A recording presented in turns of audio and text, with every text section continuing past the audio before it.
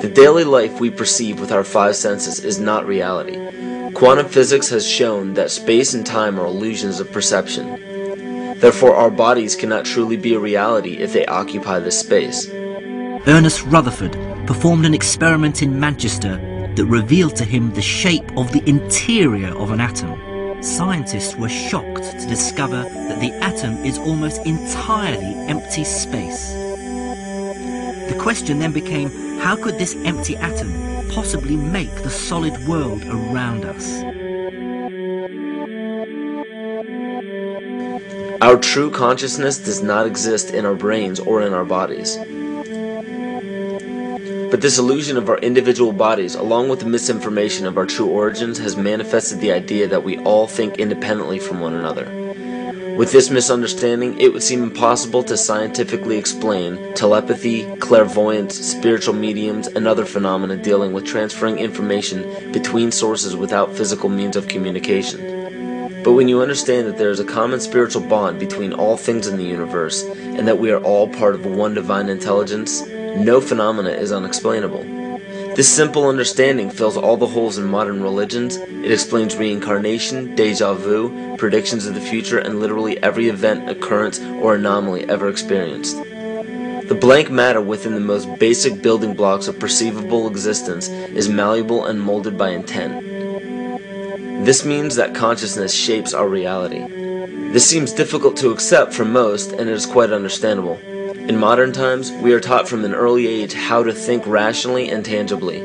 This is a very left-brain method of education, and it has more harmful effects than it's given credit for. The left brain deals with logic, details, facts, patterns, practicality, science, and math, as the right brain deals with feeling, intuition, symbols, images, risk-taking, philosophy, and religion.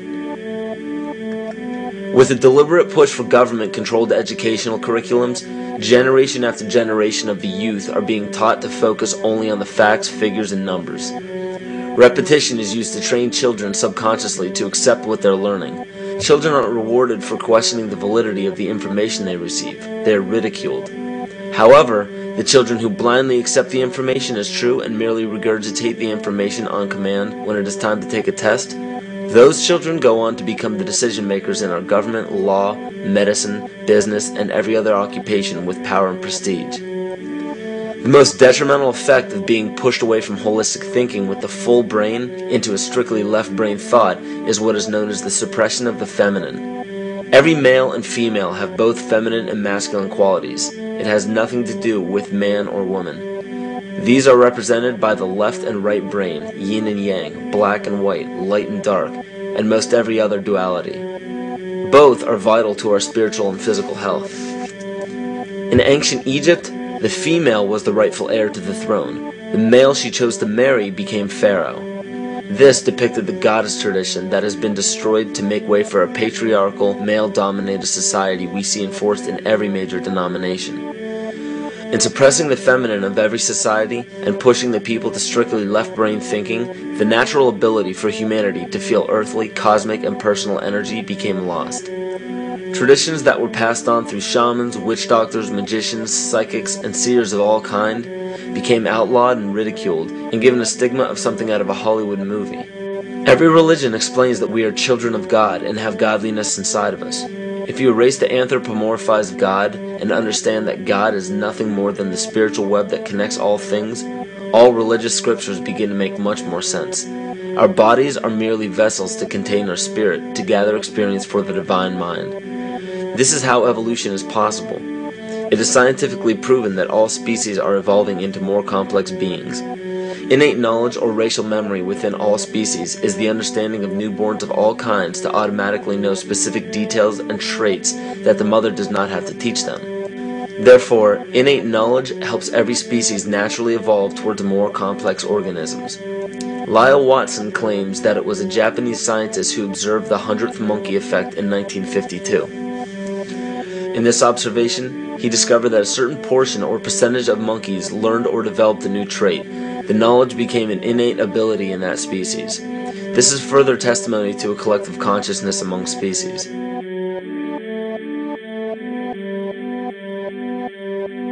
Everything in existence has a natural vibration to it, from our atoms all the way to the vastness of the universe. To show a simple connection between the earth and our bodies, take a look at our body's harmonic focal points, better known as our chakras.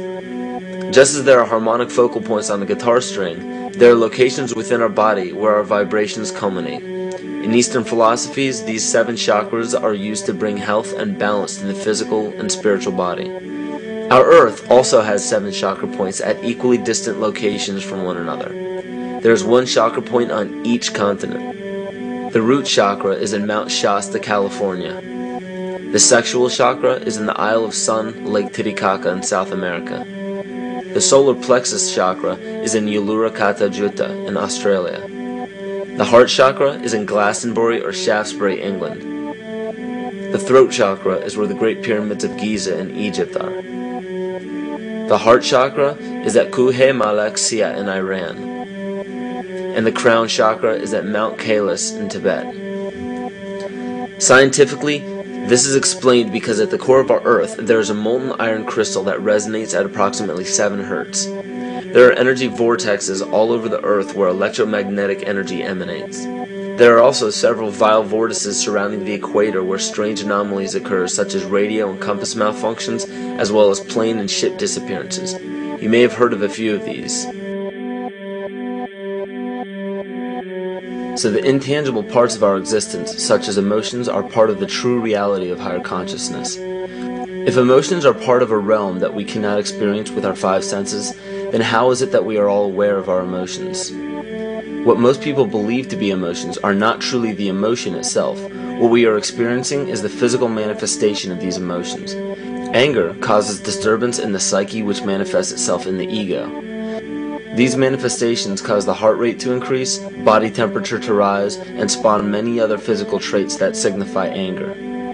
Just as music from the radio is a physical manifestation of an intangible signal, our experience of emotion is the physical manifestation of an intangible signal as well.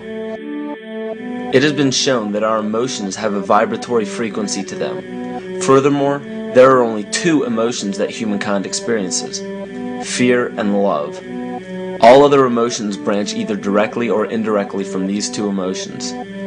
Fear has a long and slow frequency vibration to it, while love has a very rapid and high frequency.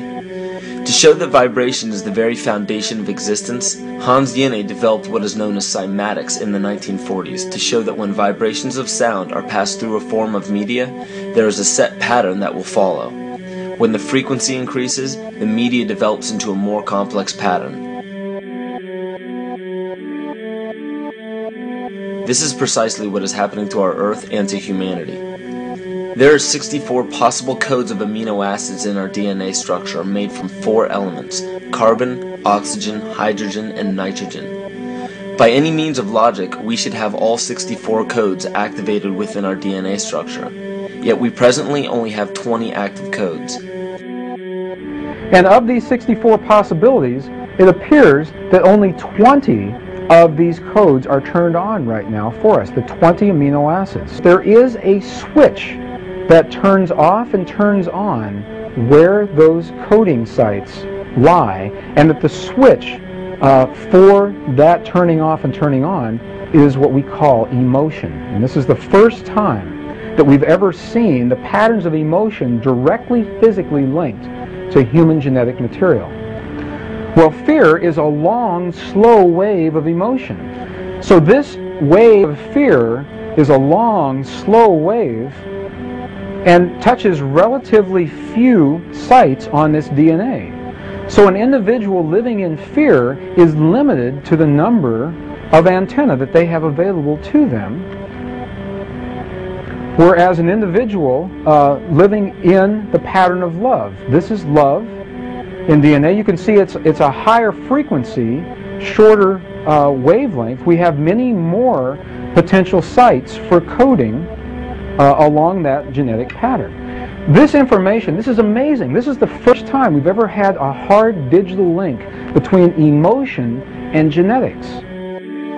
This is important to understand because another researcher named Vladimir Popanov measured tiny particles of light called photons inside a vacuum tube. The photons were scattered as expected. A sample of DNA was then entered into the vacuum tube and they measured the photons again. They found that the particles of light aligned themselves along the axis of the DNA. Then, as they removed the DNA sample, the photons remained aligned to the same form of the DNA even though no DNA was present. This is what is known as the phantom DNA experiment. Science has now bridged a very important gap between physical and ethereal, or spiritual. Our emotions directly affect the structure of our DNA, which directly shapes the physical world we experience every day. So the messages left by the ancients that we've explained here were more than just prophecies about a one-world government or a new world order. We now understand why the study of the heavenly bodies were so important. The rotation and orbit of all that makes up our universe serves as a clock to map changes and transitions. This helped the ancients understand that the change of the heavenly bodies were a mirror to the changes of all existence. December 21st, 2012 is simply a natural transition from one form of energy to the next, the transcendental evolution of man. This date is what's known as 0 point. Our sun, as well as our planet Earth, is losing its magnetic field as the Earth is slowing in its rotation. All the while, its base resonant frequency, also known as the Schumann cavity resonance, is increasing in accordance with the predictable sequence of the Fibonacci theory. At a cellular level, our bodies respond to an electromagnetic pulse. The ancients called this the sacred circuit. The cells receive this pulse from the brain, which receives its pulse from the heart, which receives its pulse from the earth. This pulse comes from the solar system, which from there comes from the galaxy, which ultimately comes from our entire universe. We literally share a pulse with all of existence. Yet another example of everything being one. For as long as scientists have been recording the Earth's pulse, it has remained at approximately 7.8 cycles per second. This was a constant fixed number until 1986 into 1987. It rapidly began increasing to about 9 cycles per second in 1996. So in one decade, it increased by about 2 cycles per second. By 2012, this pulse will be right around 13 cycles per second, just as the Fibonacci theory indicates. What does this mean for humanity? Just as cymatics has shown that higher frequencies result in more complex patterns, we are now experiencing the beginning of a major shift in both physical and spiritual vibration. It's difficult to understand what exactly will happen to our physical bodies, but ancient scriptures, pagan and monotheistic religions, mystery schools, and secret fraternal orders have all given indications as to what this experience will be like.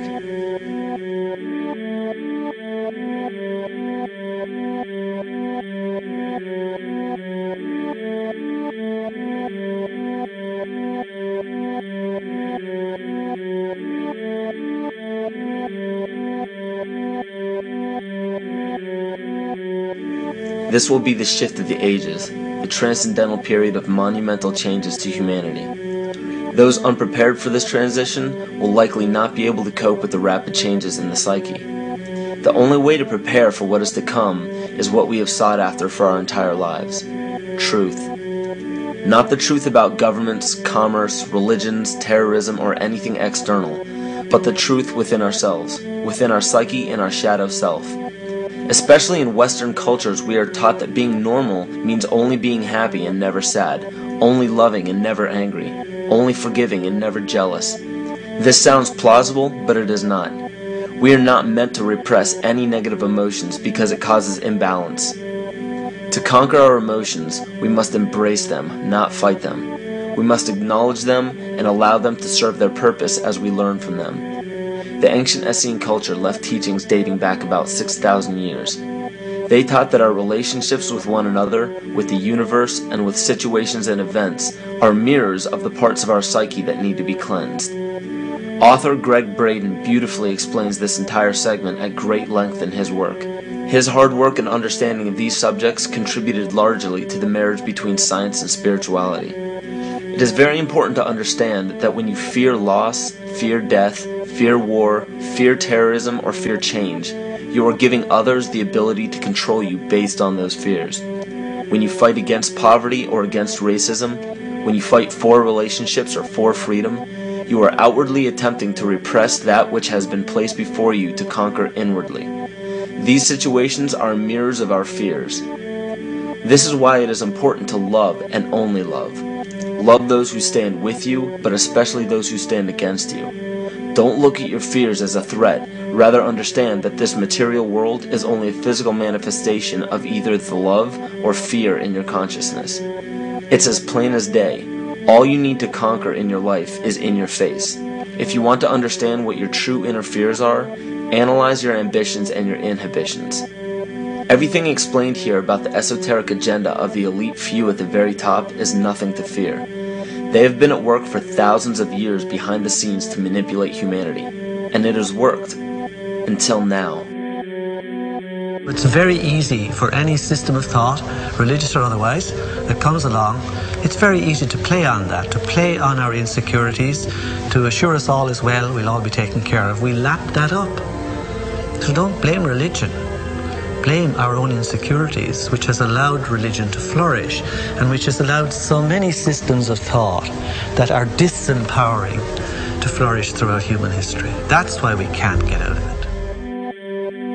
Ron Sakeley, Department Chairman, Chemistry, University of California, Berkeley, showed that DNA acts as an antenna for cellular upregulation. The primary function they taught us about what DNA is about. It's a receiver and transmitter of photons, light and phonon sound. For what? Cellular upregulation, meaning that their water molecules, the pyramid power around the DNA spiral energizing strands, are taking in the spiritual energy of love vibrations and then sending it out for manifesting, precipitating in a quantum field, the physical matter of the body.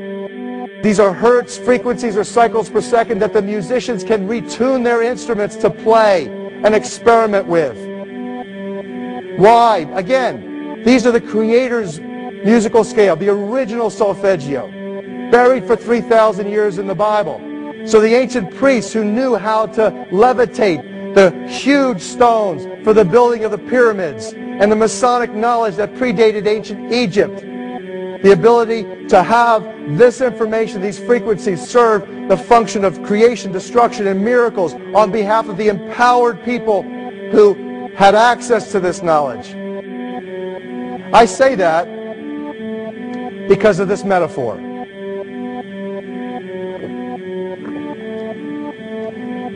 This is the difference between the power of our Creator and anything else, particularly evil. That you can go into a pitch black room full of evil, full of darkness, and light a little candle, and instantly that darkness flees. But you can't do the opposite.